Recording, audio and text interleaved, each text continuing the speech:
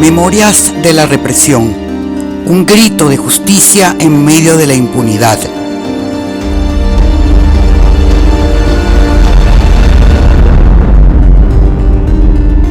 Bienvenidos a este nuevo episodio de Memorias de la Represión, un grito de justicia en medio de la impunidad.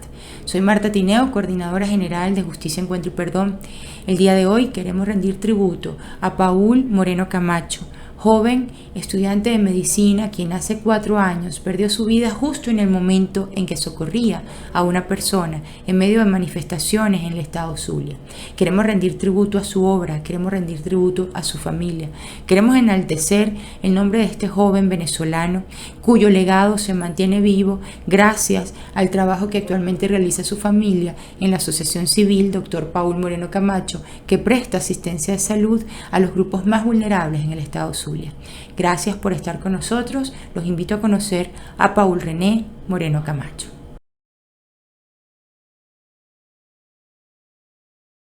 Paul René Moreno Camacho nace en Maracaibo el 21 de septiembre de 1992 en un hogar de la urbanización San Jacinto. Músico, campeón nacional de esgrima, miembro de los Scouts de Venezuela, estudiante del 5º año de medicina en la Universidad del Zulia y socorrista de la Cruz Verde, murió en las inmediaciones de una manifestación pacífica tras recibir el impacto de un vehículo cuyo conductor pasó sobre unas barricadas y luego huyó el jueves 18 de mayo de 2017. Días más tarde, la avenida Fuerzas Armadas de la capital zuliana, donde ocurrió el crimen, cambió oficialmente su nombre a Avenida Paul René Moreno Camacho, tras un decreto de la alcaldía de la localidad. En 2020, la medida municipal fue revocada por las nuevas autoridades locales, ante lo cual Carlos Moreno, periodista y hermano de la víctima, señaló en su cuenta de Twitter: "No podrá ser borrado de la memoria de Maracaibo y de Venezuela, aunque mucho intenten. Él se ha convertido en vida, en ayuda, en salud". ¿Quedará impune la muerte de Paul Moreno? Su madre denuncia que no cree en la justicia venezolana. Cuando Paul René Moreno encontró la muerte bajo las ruedas de aquel vehículo que embistió su humanidad la tarde del jueves 18 de mayo de 2017, Venezuela llevaba cerca de 50 días en las calles, rechazando el errático destino impuesto por un sistema autoritario, ineficiente e indolente, cuya violencia a la fecha dejaba al menos 57 muertos y 1 millar de heridos. De acuerdo con los testigos, el ciudadano Omar Andrés Barrios Rojas, al volante de una camioneta marca Toyota modelo Hilux, aceleró la marcha al pasar por el sitio y no se detuvo, causando la tragedia. De inmediato la víctima fue trasladada al hospital Dr. Adolfo Pons, donde falleció a los pocos minutos producto de un traumatismo cráneoencefálico. Este asesinato ocurrió en un contexto de gran violencia política, puso el acento sobre los crímenes de odio motivados por discursos incendiarios, estigmatizantes e intolerantes contra un amplio sector de la población que disiente de quienes administran el poder político. Recordemos que entre abril y julio de 2017, la violencia política cobró la vida de un total de 160 venezolanos, en una situación donde el Ejecutivo menoscabó los principios democráticos y el Estado de Derecho, tras violentar nuestra Carta Magna. El atropello al derecho a la vida, la libertad personal, la prohibición a la tortura y tratos inhumanos y degradantes, el derecho a ser juzgado por jueces naturales, el derecho a la libertad de expresión, la libertad de comunicación y el derecho a la protesta se cuentan entre muchos delitos cometidos que aún no reciben castigo.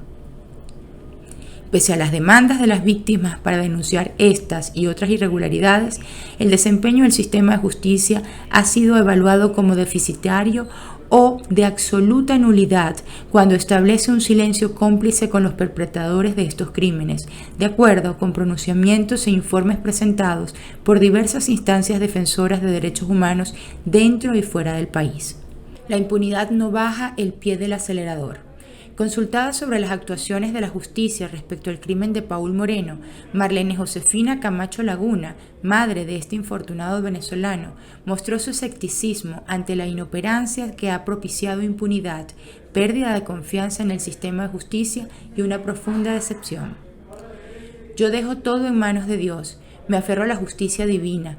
Tuve más de 1 año y medio acudiendo a los tribunales infructuosamente, soportando diversas trabas y siendo testigo de cómo opera el retardo procesal. Actualmente presento problemas de salud derivados de esta situación desgastante. Todo se lo dejo a Dios. De esa justicia nadie se escapa, nos confesó con cierta resignación. Sin embargo, en medio de su declaración, Marlene Camacho renovó su llamado a las autoridades judiciales a fin de que cumplan su labor, sancionen los crímenes y eviten que se repitan hechos de esta naturaleza. Mi hijo era un muchacho lleno de vida y proyectos. Era músico, campeón nacional de esgrima, estaba a punto de graduarse de médico, siempre colaboró con la comunidad y ahora seguimos su obra a través de la fundación creada en su honor, que beneficia a muchos zulianos afectados por problemas de salud. La familia Moreno Camacho permanece unida en el legado de Paul Moreno y en su nombre crearon la organización no gubernamental Asociación Civil Dr. Paul Moreno Camacho, reforzada por su vertiente internacional Paul Venezuela, asentada en Europa. Ambas iniciativas son referencias en el Zulia para la cooperación y desarrollo en áreas profundamente deprimidas, producto de la emergencia humanitaria, económica y social. Derechos al revés. En 2017, la Fiscalía Cuarta del Estado Zulia fue comisionada para investigar la muerte de Paul Moreno. El Ministerio Público acusó a Omar Barrios por su presunta responsabilidad en este crimen. Fue acusado por el delito de homicidio calificado ejecutado con alevosía. Sin embargo, el 17 de noviembre de 2017, familiares denunciaron que el Tribunal Sexto de Control del Circuito Judicial Penal del Estado Zulia otorgó la libertad condicional a Barrios, ordenándole la medida de arresto domiciliario por 1 año y 7 meses. El 24 de noviembre del mismo año, la defensa introdujo la apelación en contra de la decisión que otorgó la libertad condicional al victimario, por considerar que hubo vicios en la audiencia preliminar. Y así, de acuerdo con reseñas de prensa, el 31 de enero de 2018, la medida de libertad condicional fue revertida. Vamos a conversar con Daniela Liendo, quien era la directora de primeros auxilios de la Universidad Central de Venezuela en el año 2017 y puede darnos testimonio de la hermosa labor que ella, como Paul y muchos otros jóvenes rescatistas realizaban en el contexto de las manifestaciones. Para nosotros es un privilegio estar con Daniela en este episodio. Los invitamos a que escuchemos esta entrevista. Estamos con Daniela Liendo. Daniela en el año 2017 era directora de primeros auxilios UCB, activista de derechos humanos, dirigente estudiantil y en consecuencia pues tuvo una relación muy directa con el caso de Paul Moreno. Es por eso que hemos querido que Daniela esté en este episodio con nosotros para que nos relate en primer lugar el 2017, cómo se vivió el 2017 desde los espacios estudiantiles, desde la universidad y de la labor que ustedes realizaban. Bueno, para mí en verdad es un honor estar aquí y poder hablar de Paul. Realmente estoy muy agradecida con ustedes de hacer este trabajo, es lo primero que quiero decir. Yo creo que el 2017, a los que nos involucramos dentro de la lucha, de la calle como tal, nos marcó, no para nuestra vida nada más, sino para de los que estaban alrededor de nosotros y que quizás no se involucraron dentro de eso. Lo digo, por ejemplo, por las familias, por los amigos que estaban afuera y nos escuchaban a nosotros llorando o pidiendo cosas. Para mí particularmente, 2017 tuvo como dos vertientes. La parte de conocer muchísimos chamos como yo alrededor de todo el país, que por ejemplo en Maracaibo, en Mérida, en Valencia, en la UO, en Oriente, querían luchar no desde una posición, sino desde su profesión, que es curar y salvar vidas. Y eso bonito, que realmente es bonito, no tiene otro nombre para mí, lamentablemente fue tapado para siempre en mi recuerdo por las atrocidades que vivimos y, bueno, particularmente por lo de Paul. Yo me acuerdo literalmente el momento en el cual me llamó Giovanni Varela, que es el director de Primeros Auxilios Luz, para decirme que Paul se había muerto. Entonces, cuando me hablas de 2017, yo realmente no puedo dejar de pensar en las dos cosas, tanto en que conocí personas muy lindas que todavía siguen en el país y siguen trabajando muchísimo para el país, como en Paul, por sobre todas las cosas que me pasaron. Y bueno, y todo lo que vimos, porque evidentemente hay otros caídos de las protestas, pero bueno, para mí en lo particular, un compañero, aunque no lo conocí, va a tapar todo lo demás que pudo haber sucedido dentro de ese. Ustedes de alguna manera tenían un registro muy directo de lo que estaba pasando, porque justamente ustedes estaban en todas las ciudades de Venezuela asistiendo a los heridos y a las personas que estaban sufriendo pues toda esta violencia. Si te preguntáramos sobre ese registro, sobre todos esos casos de los que supiste, porque evidentemente hablamos de las cifras de asesinados, de ejecuciones extrajudiciales, es una cifra que está clara, no hay una cifra de heridos. Era imposible hacerlo en medio de toda de todo ese caos que estábamos viviendo. ¿Cuál es el registro que ustedes tienen? Y más allá de un número, ¿qué se vivía? ¿De qué casos? ¿Qué era lo que estaba pasando? ¿Cuál era el tipo de herida? ¿De qué forma era el ataque? ¿Cuáles eran los casos que ustedes atendían? Sí, eso justo te iba a decir, que el número creo que nunca lo vamos a saber. Nosotros lo intentamos hacer para tenerlo posterior, tal cual. Pero era imposible de tantas personas que llegaban tanto a las unidades móviles como a los grupos que íbamos en moto, por ejemplo, tener la contabilidad de todo. Sin embargo, lo que sí estoy clara y me acuerdo perfectamente es que las protestas fueron progresando en el nivel de agresividad. Porque al principio quizá veíamos una persona asfixiada por bombas lacrimógenas, o bueno, digo una, pero cientos de personas asfixiadas, era lo más común. Luego perdigones, luego de los perdigones llegaron las metras, y luego de las metras llegaron las balas. Y en ese interín llegaron las bombas lacrimógenas al pecho, los perdigones a la cara, las metras. Por ejemplo, a mí me tocó atender a un niño de 16 años en Altamira con una metra en epigastrio que perforó el hígado y se alojó en la cavidad abdominal. Y claro, no lo atendimos en la calle, pero fue a la clínica evidentemente y gracias a Dios se salvó. Pero íbamos viendo cómo progresaba la violencia y cómo a medida que progresaba la violencia era menos la gente que podía salir a la calle de manera pacífica porque tenía mucho miedo. Así es. Y es súper interesante esto que tú estás planteando, Daniela, porque desde tu experiencia, desde una realidad, ustedes estaban en la calle y tenían ese registro directo. Es absolutamente coincidente con lo que desde la organización hemos logrado documentar y establecer, y es el patrón de ataque.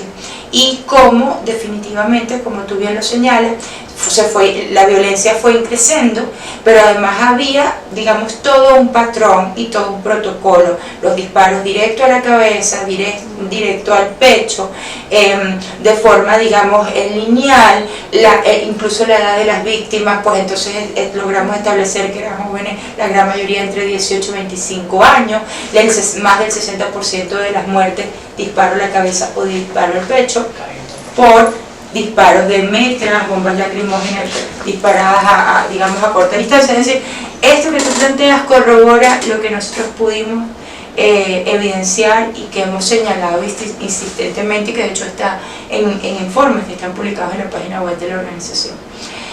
Paul Moreno se convirtió de alguna manera en un símbolo, ¿no? en un nombre importante para quienes hacen activismo desde el auxilio, desde la asistencia médica, al punto que su familia ha creado una fundación Dr. Paul Moreno, que hacen grandes esfuerzos por prestar asistencia, ¿no?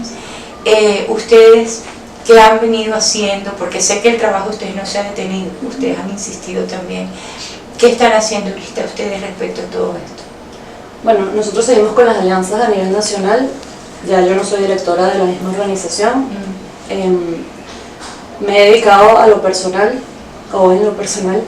a fomentar la ciudadanía y el conocimiento, por ejemplo, de qué es la emergencia humanitaria compleja a través de la salud. Y todo esto, la misma corriente de saber prevenir.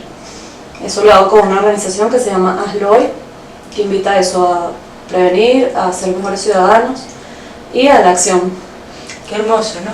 Y quería preguntarte esto y quería que lo comentaras porque Definitivamente todos los venezolanos y quienes estuvimos más directamente en esos años involucrados por lo que ha pasado en el país, hemos insistido en dar todas las luchas posibles y en todos los espacios posibles, tomando ese aprendizaje que marcó nuestras vidas, como la tuya, como la nuestra, y transformar ese dolor en fuerza para generar acciones que finalmente nos lleven a alcanzar ese objetivo por el que se luchaba en las calles en 2014, en 2017 y que hoy seguimos luchando, ya quizás no desde esos espacios, pero sí generando memoria histórica, procurando justicia, procurando ayuda y asistencia, porque definitivamente el objetivo es una Venezuela justa y digna, ¿no? Así que muchísimas gracias, Daniela, por lo que hiciste en el 2017 y por lo que has venido haciendo a lo largo de todos estos años. Gracias. No tienen absolutamente nada que agradecerme. Yo creo que el país, la dinámica, la gente que he conocido, me ha retribuido muchísimo más de lo que yo le pude haber dado en un momento al país, de lo que le doy. Muchas veces dicen, no, que se sacrificaron ustedes, su juventud. Yo creo que lo que me ha tocado vivir me ha hecho mejor ser humano. No es quizá lo que todo el mundo debería vivir, pero nosotros como venezolanos, y si nos involucramos en esta lucha o conscientemente en lo que estamos viviendo, creo que nos ha dejado algo muy bonito, que es saber el valor de las cosas, aportar realmente en lo positivo y querer el país, que eso no pasa en todos lados. Y vive además con la alegría de saber que hay muchas personas que al día de hoy están vivas gracias a lo que ustedes hicieron. Y estoy segura de que Dios y la vida siempre se los va a recompensar. Amén. Ha sido un privilegio hablar contigo, muchísimas gracias. Gracias. Gracias por habernos acompañado. Como siempre, los invito a seguirnos en todas nuestras redes sociales, @JEPBZLA, suscribirse a nuestro canal de YouTube, compartir este video, darle me gusta y seguirnos acompañando en la construcción de memoria histórica y en la búsqueda de justicia, encuentro y perdón.